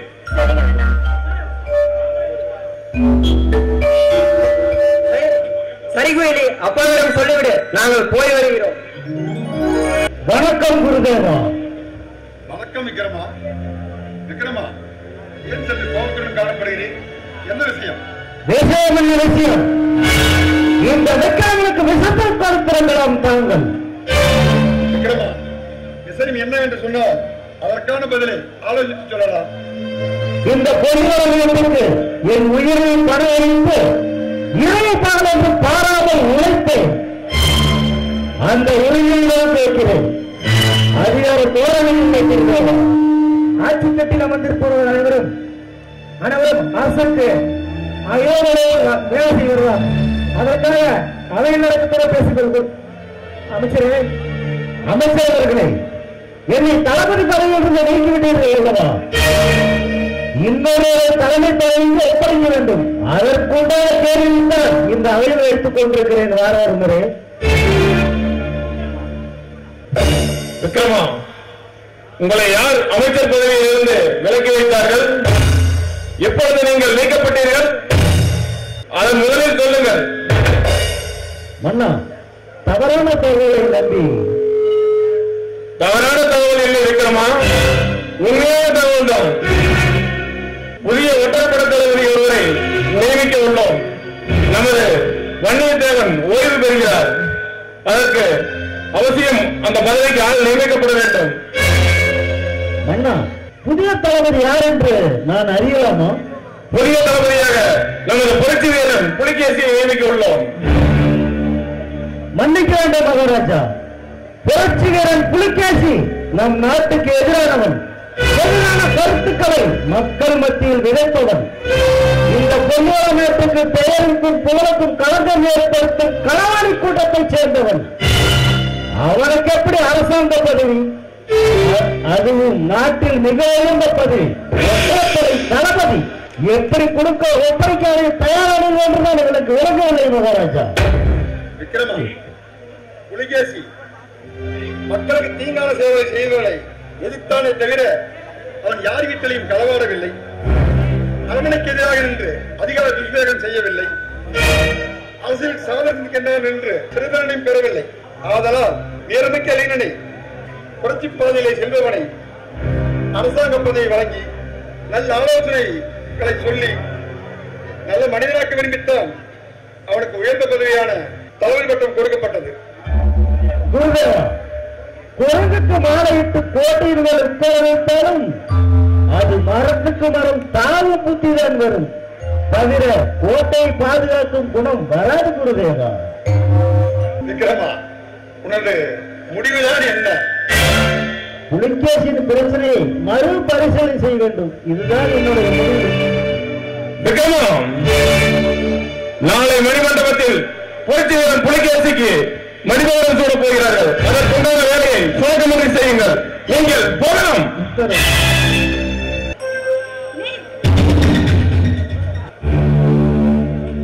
எங்கே போகிறாய்? நான் எங்கே போனால் என்ன? முதல் நீ யார் என்று சொல். நான் யாராக இருந்தால் உனக்கு என்ன? நீ எங்கே போகிறாய் என்று சொல். நான் புரட்சி கூட்டத்தை சேர்ந்தவன். ஓ, புரட்சி கூட்டத்தை சேர்ந்தவடா? யாருக்கு எதிராக புரட்சி செய்து கொண்டிருக்கிறாய்?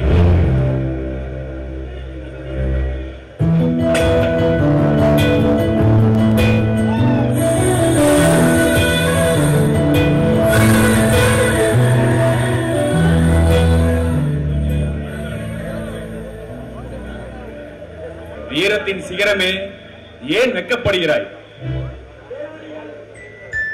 வேல்வெளியாளின் வெயிலித்தனமும் கயல்வெளியிலால் என்னை கட்டி போட்டு விட்டது. இல்லை என்றால் என்ன செய்திருப்பீர்கள்? தேனை குடிக்க வண்டு வருவதும், மானை தேடி வேடன் வருவதும் அவரவர் ஆசையை நிறைவேற்றத்தான். அதை உன்னிடத்தில் காட்ட முடியுமா என்று யோசித்தேன். அப்படி ஒரு ஆசை இப்பொழுதே உங்களுக்கு வந்துவிட்டதா? ஆசைக்கு அணை போட்ட விஸ்வாமித்திரரே பெண்மையின் உண்மையான உருவை கண்டு தவத்தை கலைத்ததாக இதிகாசமே உண்டு. மானிட ஜென்மம் மயங்காமல் இருக்கமே என்ன? பொன்னிவள நாட்டின் புதிய தளபதியாருக்கு இப்படி ஒரு ஆசையா? அப்புறம் பெண் மீது ஆசை வந்துவிட்டால் வீரம் விலை போகிவிடும். பூங்கோதை, வீரம் வேறு, காதல் வேறு. தன்னை அழிக்க வரும் எதிரிகளை ஆக்ரோஷமாக அழிப்பது வீரம். தன் இதயத்தை இன்னொரு இதயத்தில் ஒப்படைப்பது காதல். இதில் விவேகமானது வீரம், விலை மதிப்பற்றது காதல். நெஞ்சுக்குள் வந்துவிட்டால் இரவில் உறக்கம் ஏன் வர மறுக்கிறது? அதுதான் அபூர்வ சக்தி பூங்கோதை. அந்தரத்தில் ஆட்சியாளும் இந்திரன் முதல் அன்றாடம் பிச்சை எடுத்து பிழைப்பை நடத்தும் சன்னியாசி வரை உருவமில்லாத அந்த காதல் உலகத்தையே ஆட்டி படைக்கும் போது கன்னி பெண்கள் காதல் வைப்பட்டால் கண்ணுறக்கம் எப்படி வரும்?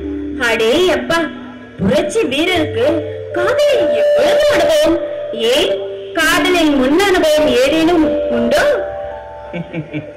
மீனுக்கு யாரும் நீந்த கற்றுக் கொடுப்பதில்லை. கோழி குஞ்சுகளுக்கு இறை தேடி யாரும் கொடுப்பதில்லை. 4 அறிவு கொண்ட ஜீவராசிகளே அறிந்து கொள்ளும் போது 6 அறிவு கொண்ட மானிடன் நான் அறியாமல் இருப்பேனா? அடே அப்பா, உங்களிடம் பேசி என்னால் ஜெயிக்க முடியுமா? இல்லை இல்லை, என்னால் ஜெயிக்க முடியாது. சரி, என்னை அரண்மனையில் அனைவரும் தேடுவார்கள். நான் புறப்படுகிறேன். பூங்கோதை, இப்படி அவசரகதியாய் போய்க் கொண்டிருந்தால் இந்த ஆண்மகனின் ஆசை எப்பொழுதுதான் தீர்வது? இப்பொழுது நான் என்னதான் செய்வது? இந்த கன்னத்தில் ஒரு முத்தமிட்டால் ஆண்மகனின் ஆசை தீர்ந்துவிடும்.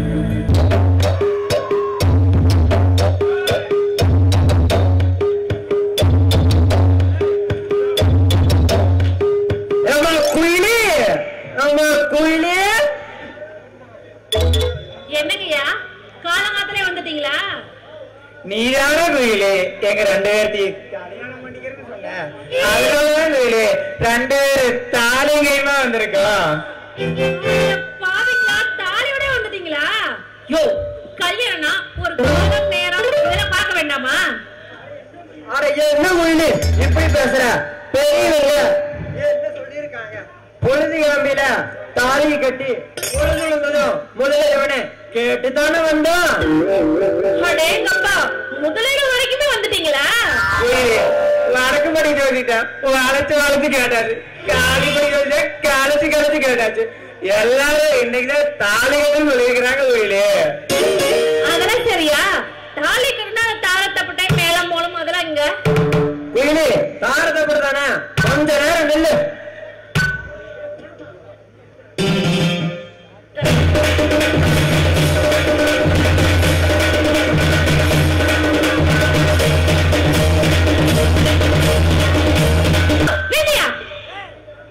நல்ல சாவுகளை கிட்ட வந்து மாட்டிக்கிட்டேன். கோயிலே தப்பட்ட ரெடி, தாலி ரெடி. அப்புறம் என்ன? யோ, எனக்கு கல்யாணம் நடக்கணும்னா எனக்கு ஒரு லட்சியம் இருக்கு. அது என்ன லட்சியம்? அது நான் பிறக்கும் போது ஒரு ஆட்டுக்கடையும் பிறந்துருச்சு. அம்மா வயிற்றுல நீ ஆட்டுக்கடா பிறந்தீங்க? அட அண்டாவாயா, மனுஷ வயிற்றுல ஆட்டுக்குட்டி பிறக்குமா? அறிவுப்பட்ட முண்டம்.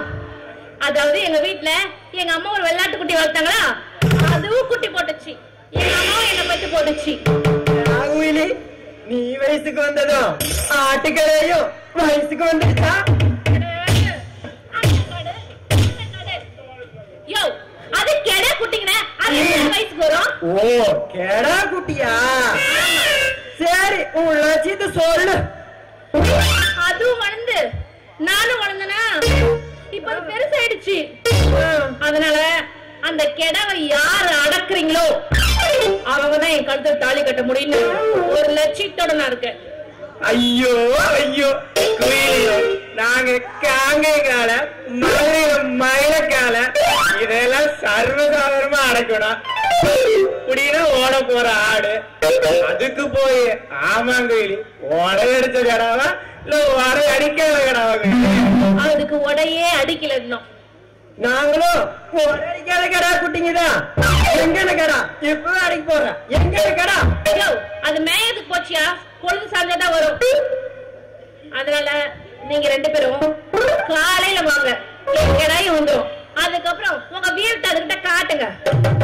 என்ன எங்க வீரத்துக்கே வேலையெல்லாம் போச்சு, கடை இருக்கலாம்னு பார்த்தா நீ பொருளோட சொல்றீங்க. யோ, ஏன் காலகாத்தா இப்ப என் கருத்து இருக்கிறீங்க? போயிட்டு நாளைக்கு வாங்க, நல்ல நல்ல முடிவோட வாங்க. உங்க வீரத்தை அப்ப வந்து காட்டுங்க, சரியா? ஆட்டங்காலி படுதாகாலி போனப்பா போலாம்.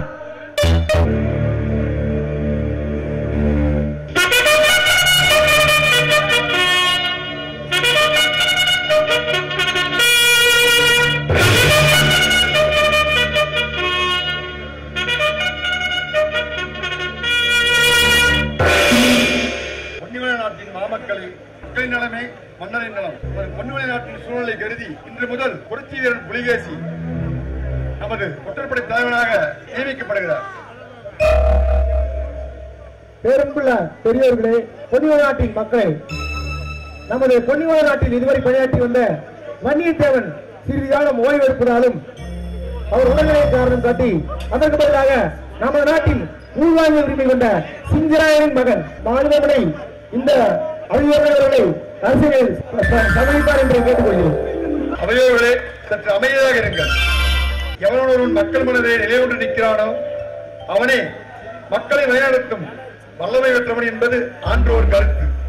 அதற்கிணங்க நமது பொன்னிமலை நாட்டின் புதிய தலைவனாக நமது புரட்சி வீரன் புலிகேசி நம் மாமன்னர் மகேந்திரனால் நியமிக்கப்படுகிறார். வாருங்கள் புலிகேசி.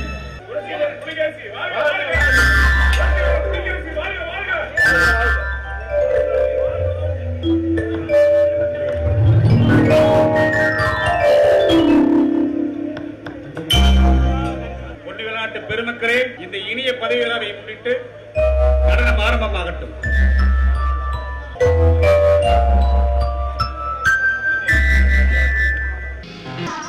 நான் ஏற்கனவே நான் சொன்ன மாதிரி தான் வந்திருக்கேன். ஆமா, நீங்க சொன்ன காஸ்டியூம் தான் போட்டிருக்கேன். நீங்க சொன்ன மாதிரி தான் நான் ரெடியா இருக்கேன். எதுக்கு இதெல்லாம்? நான் சொன்னேன்னா உனக்கு ஒரு ஒர்க் கொடுக்கலான்னு இருக்கிறேன். அதை நீ கரெக்டா செய்வியா? என்ன டார்லிங், நீங்க டீடைல்ஸ் மட்டும் சொல்லுங்க, நான் கரெக்டா பண்றேன். நீ நல்லா செய்வேன்னு எனக்கு நல்லாவே நம்பிக்கை இருக்கு. இப்போ இன்னும் கொஞ்ச நேரத்துல மிஸ்டர் வல்லவராயன் இங்க வரப்போறான். அவன் வந்ததுமே அப்ப நீ என்ன பண்றேன்னா, உனக்கும் எனக்கும் ஃபைட் நடக்கிற மாதிரி ஒரு சிச்சுவேஷன் ஏற்படுத்தணும். ஓகே. அப்புறம் சிச்சுவேஷன் ஏற்படுத்தி நீ அவங்கிட்ட சரண்டர் ஆகிற மாதிரி ஒரு டிராமா பண்ணணும். டிராமா பண்ணி அப்படி அவங்க கூட பிக்கப் ஆயிடு. நீங்க சொல்றது ஓகே தான் டார்லிங், ஆனா அந்த மேல் என்ன நம்பணுமே. பேசி வல்லவராயன் சத்திரிய வம்சாவளி வந்தவன். அவன் பெண்களை கண்களாக பார்ப்பவர்கள் சத்திரிய வம்சத்தவர்கள். பெண்களுக்கு ஒரு சோதனை என்றால் அவர்களால் பொறுத்துக் கொள்ளவே முடியாது. அவர்கள் பெண்களுக்கு கன்னியம்மா, காளியம்மா, மாரியம்மா என்று வாட்சு பெயரை வைத்து அவர்களை தெய்வமாக வழிபடுபவர்கள். அது மட்டுமல்ல, பெண்கள் நன்றாக இருக்க வேண்டும் என்பதற்காக 4 மீட்டர் கம்பியை வாயிலே குத்திக்குவாங்க, 4 மீட்டர் கம்பியை தூக்கி அணியில குத்துவாங்க. அப்படி பெண்களை மதிப்பவர்கள் சத்திரிய வம்சாவளி வந்தவர்கள். பெண்களுக்கு ஒரு சோதனை என்றால் அவர்களால் பொறுத்துக் கொள்ளவே முடியாது. ஓகே பாஸ், நீங்க சொல்ற மாதிரி நான் அவனை நம்ப வைக்கிறேன். ஆமா டார்லிங், ஓகே. ஆனா what motive? No motive, no question. Okay? Understand?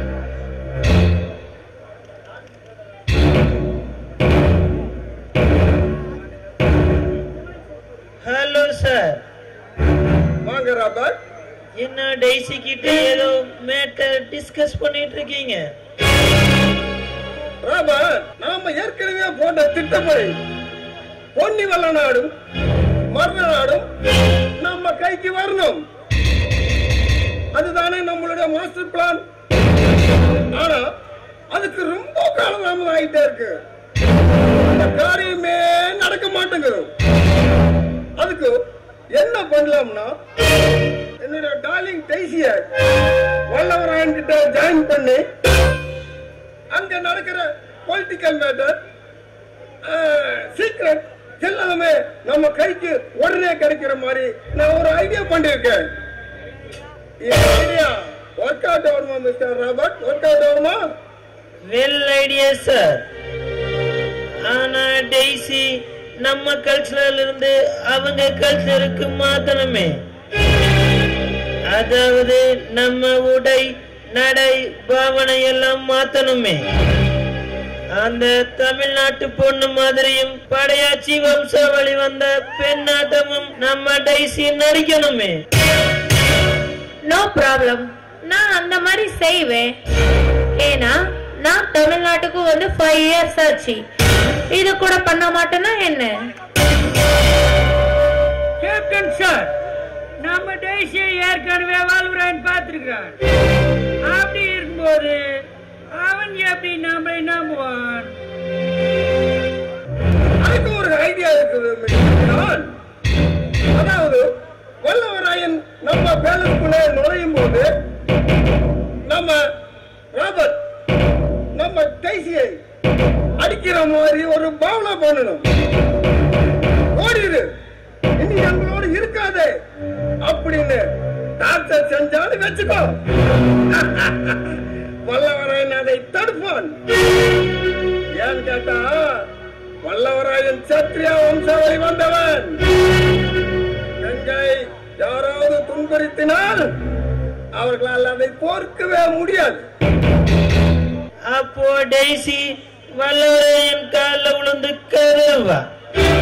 அவ கதறதை பார்த்ததும் இறக்கப்பட்டு வல்லவராயன் நம்ம டெய்ஸிய அவனோட கூட்டிட்டு போயிடுவா. Good idea captain, good idea. என்ன டெய்ஸி, நான் சொன்னது நீ புரிஞ்சிட்டியா? I am understand. No problem.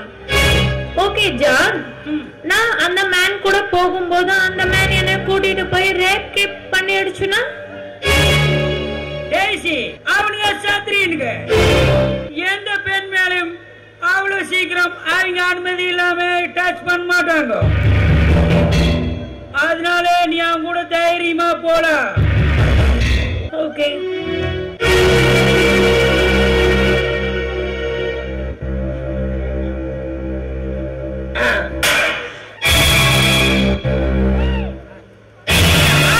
என்ன ராபர்ட், மனுஷனா மிருகமா? ஒரு பெண்ணை போட்டு இப்படி அடிச்சிட்டு இருக்கிறீங்க? கேப்டன் சார், நீங்களே வேடிக்கை பார்த்துட்டு இருக்கிறீங்க. அந்த பெண்ணை என்ன தப்பு பண்ணா? மிஸ்டர் வல்லவராயன், அந்த பொண்ணு என்ன பண்ணான்னு தெரியுமா?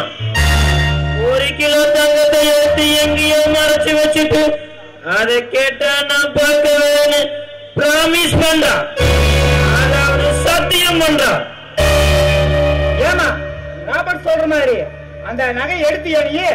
இல்ல இல்ல, இவங்களே தங்கத்தை எங்கேயோ மறைச்சு வச்சுட்டு வீணா என் மேல பழி போடுறாங்க. நான் எந்த குற்றமும் செய்யாதவ, என்ன நம்புங்க. நீ எங்க எடுத்து மறைச்சு வச்சுக்கிட்டு எங்க மேலேயே பழி போடுறியா?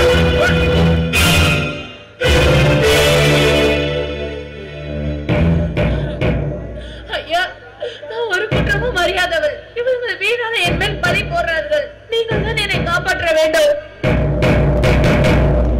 அழாதவா, நீ அழாத, நான் இருக்கேன், நீ கவலைப்படாத. கேப்டன் சார், ஒரு முக்கியமான விஷயம் பேச வந்தேன். இப்ப சூழ்நிலை சரியில்லை, நாளை வருகிறேன். வாங்க போகலாம்.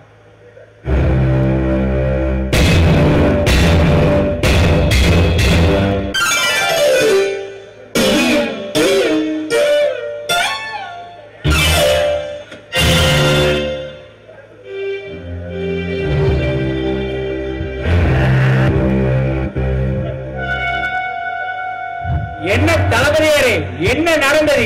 ஏன் இவ்வளவு கோபமாக இருக்கிறீர்கள்? அணுக்களையெல்லாம் போட்டு உடைக்கிறீர்களே. உண்டி பிழைக்க வந்தவன் ஆண்டி ஆனான், உண்டி பிழைக்க வந்தவன் ஒற்றைப்படை தளபதி. பெரும் வெக்கக்கேடு கோணப்பா, வெக்கக்கேடு. ஓ, புரட்சியின் கதையா? தளபதியாரே, அரசியல் சதுரங்கத்தில் ஆடு புலியை கடிப்பதும் புலி ஆட்டை கடிப்பதும் சகஜம்தான். அதுக்கு தாங்களே காத்திருக்கிறீர்கள். அப்புறப்படவனை என்னடா செய்வது? கட்ட மடையா, இன்று அவன் ஒற்றைப்படைக்கு தளபதி ஆகிவிட்டால் நாளை முப்படைக்கும் தளபதி ஆகிவிடுவான். அதன் ஆகும். என்ன தளபதியாரே, இன்று வந்து ஒற்றை படைத்தளபதியான புலிகேசிக்கும் வல்லமை திறமை கூட பல ஆண்டுகளாக பொன்னிவெள நாட்டின் படைத்தளபதியான உங்களுக்கு இல்லாமல் போய்விட்டது. தளபதியாரே, அதிக கோபவர்களுக்கு மூளை கம்பெனி பெரிய சொன்னது சரியா தாங்க போச்சு. சட்டையை எடுங்க சொல்றேன். தளபதியாரே, இப்ப புலிகேசி உங்களுக்கு எதிராக வந்து நிட்டான். அவனை ஒழிக்கிற சரியான திட்டம் போட்டு தளபதியாரே. எனக்கு இப்போதைக்கு எதுவும் தொழில, நீயே சொல்லி தொலைடா. சரி தளபதியாரே. தளபதியாரே, இதுவரைக்கும் நீங்க பொன்னிவெள நாடுக தளபதியே தெரிஞ்சீங்க.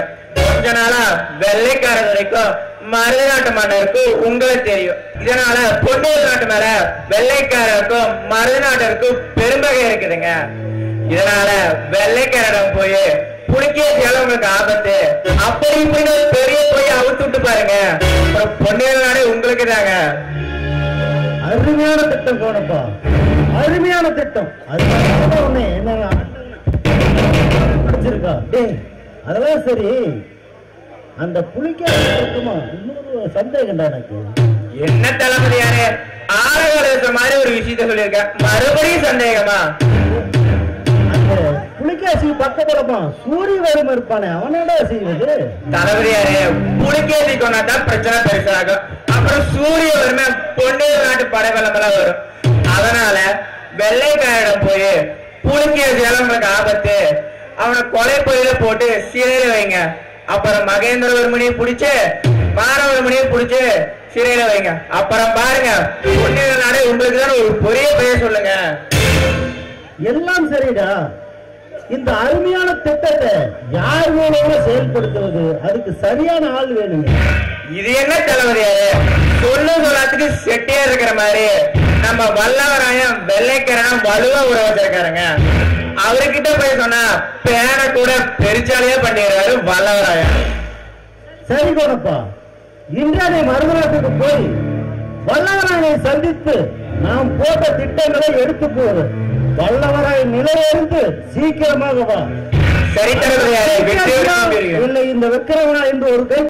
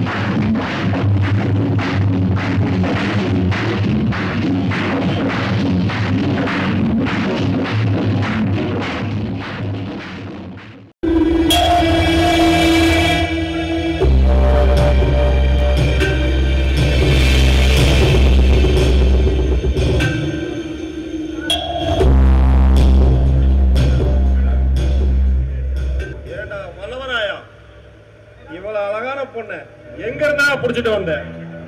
இளவரசே, இவோ வெள்ளை மாளிகை டெசினி ஒருத்தி இருந்தாலோ அவளோட தங்கச்சிங்கவோ. இவளை இதுக்கு முன்ன நான் பார்த்ததே இல்லையே, எங்கேயோ பார்த்த மாதிரி இருக்கு. இளவரசே, இதெல்லாம் ஒரு பெரிய கதைங்க, அது அப்புறமா பேசிக்குவோம். என்ன வல்லவரே, கதையில பெருசா இருக்குது. வணக்கம் இளவரசரே. வா கோணப்பா வா.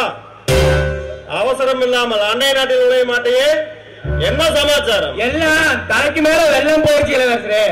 நீங்க ஆசைப்பட்டு கல்யாணம் பண்ணிக்கலாம் அந்த இளவரசி பூங்கோதைய இப்ப அந்த புரட்சி வீரன் காதலிக்கிறான்.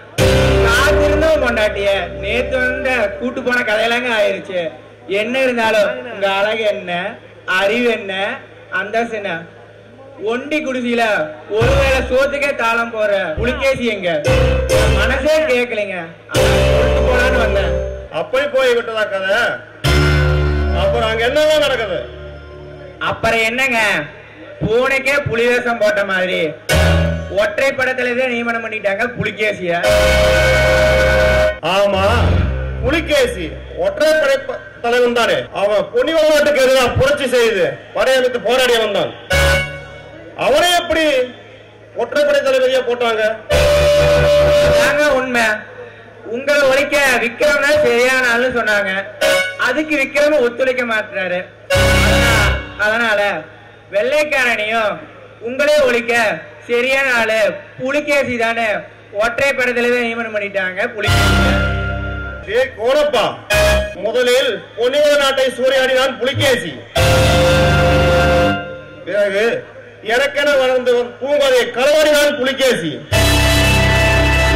மறுபடியும் மறுநாட்டு மன்னரான என்னையே கணக்கு தீட்டு விட்டானா புலிகேசி. கோணப்பா, உனது ஒற்றைப்படை தளபதியின் தலையை ஒரு வினாடியை வெட்டி வீழ்த்தாமல் மாட்டான் இந்த மாணவர்கள். அதை போய் புலிகேசியிடம் சொல். என்ன இளவரசே, புலிகேசியே போய் சொல்லுன்னு சொல்றீங்க? இதெல்லாம் காதோட காது வச்சு கழுத்தா இருக்கிற சமாச்சாரங்க. நீங்க என்னடா சங்கூதி ஜனங்களே திரட்ட சொல்றீங்க?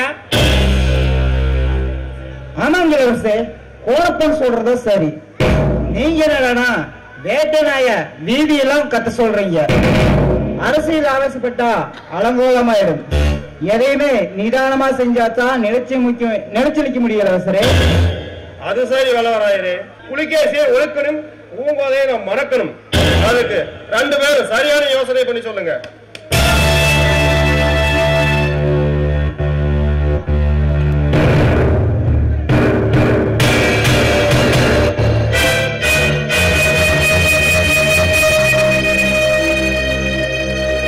இளவரசே, நீங்க இப்ப என்ன பண்றீங்கன்னா வெள்ளைக்காரங்க கிஸ்தி கட்டி நாட்டை நடத்தி கொண்டிருக்கிறீங்களோ அதே மாதிரி பொன்னிவள நாட்டு மன்னர் மகேந்திரவருக்கு ஒரு தூதுவரை அனுப்பி இந்த வருடம் கப்பத்தை கட்டினா கட்டுங்க, இல்லை என்றால் உங்க நாட்டு மேலே போர் தொடுப்பன்னு மிரட்ட சொல்லுங்க.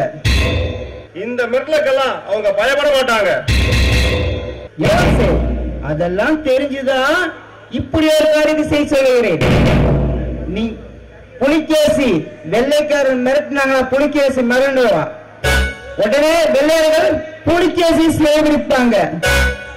புலிகேசி சிறைபிடிச்சதும் நாம் பொன்னிவள நாட்டு மூலமாக சென்று நம் படங்களோடு நீங்கள் ஆசைப்பட்ட பூங்கோதையை நாம் தூக்கி சென்று வந்துவிடலாம். எப்படி எங்கள் திட்டம்? வல்லவராயா, மகாபாரதத்துல ஒரு சகுனின்னா நீ இந்த பொன்னிவள நாட்டுல துரியோதனா பிறந்திருக்கீங்க. அது சரி, நாம சொல்றது அந்த வெள்ளைக்காரங்க கேட்கலைன்னா என்ன இளவரசர, இந்த செய்தி மட்டும் அவங்க சொல்லிட்டீங்கன்னா அவங்க பொன்னிவள ஏற்கனவே கண் வச்சுட்டு தான் இருக்கிறாங்க. நாம சொன்ன உடனே புறப்படுவாங்க பொன்னிவள நாட்டுக்கு. சரி, நான் இப்பவே புறப்படுகிறேன். ஆமா, அந்த பொண்ணை பத்தி ஏதோ சொன்னீங்களே இளவரசே, அதெல்லாம் அப்புறமா பேசிக்கலாம். நீங்க கிளம்புங்கள். இல்லை, வெள்ளைக்கார பாசே எனக்கு புரியாது. வாமலிகா, நாம் போலாம்.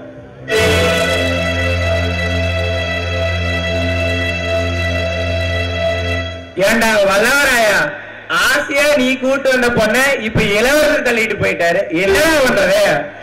டேய் அதெல்லாம் பெரிய சமாச்சாரம்டா. அவரு வெள்ளக்கார பாச தெரியாதுன்னு சொல்றாரு, இவங்களு பல்ல வச்சுட்டு போறான். டேய் நமக்கு குளிச்சு தண்ணி இருக்கு, வர குடிச்சு போய் குப்பரப்படுத்துக்குவோம்.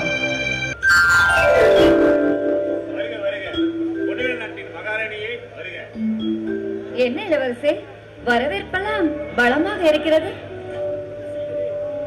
மாலை நேரத்தில் முக்கியவள் அருகில் இருந்தால் சுந்தரவனமே விதிப்பது போல் ஆகிவிடும் நீலவேணி.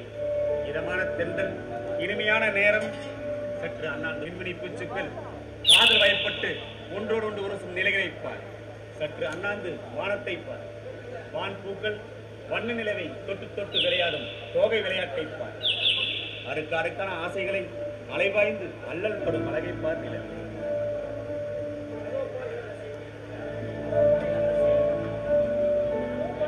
அதோ பாருங்கள் இளவரசி, கார்மேக கூட்டம் உங்கள் கண்களையே பார்த்து கொண்டிருக்கிறது. ஏன் தெரியுமா? ஏன் என் கண்களை பார்க்கிறது? இன்ப மழையை நம் இருவர் மீது பொழிய கனத்த நெஞ்சத்தோடு இந்த காதலர்களை நினைக்கப் போகிறது. காண மறைப்புலையும் இந்த கண்ணியின் உடல் நனையும். என்னை போல் நீ கட்டியிருக்கும் உன் உடைகள் நனைந்து, உன் உருவம் உன் உள்ளாரை நனைந்து, உன் உருவம் செழித்த செந்தாமரை போல மின்னும். அதை பார்க்க 1000 கண்கள் மட்டாத நீலவேணி.